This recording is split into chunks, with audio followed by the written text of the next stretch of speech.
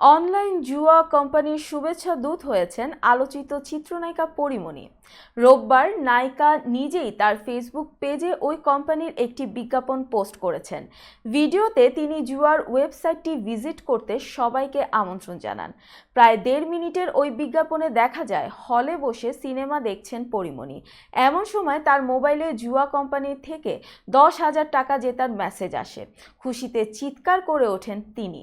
ফ্ল্যাশব্যাকে দেখানো হয় বাংলাদেশ ভারত ম্যাচে রোহিত শর্মার আউটে উচ্ছ্বসিত এই চিত্রনায়িকা।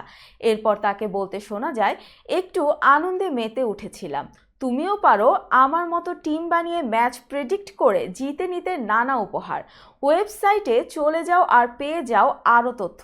জুয়া কোম্পানির শুভেচ্ছা দূত হওয়ার প্রসঙ্গে পরীমনির কাছে জানতে চাইলে বিরক্তি প্রকাশ করে তিনি পাল্টা প্রশ্ন করেন, কে বলেছে এটা জুয়া কোম্পানির ওয়েবসাইট?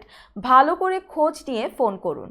পরী অস্বীকার করলেও ওই কোম্পানির ওয়েবসাইটটি ঘুরে দেখা গেছে সেখানে চলছে বিভিন্ন লোভনীয় জুয়ার অফার।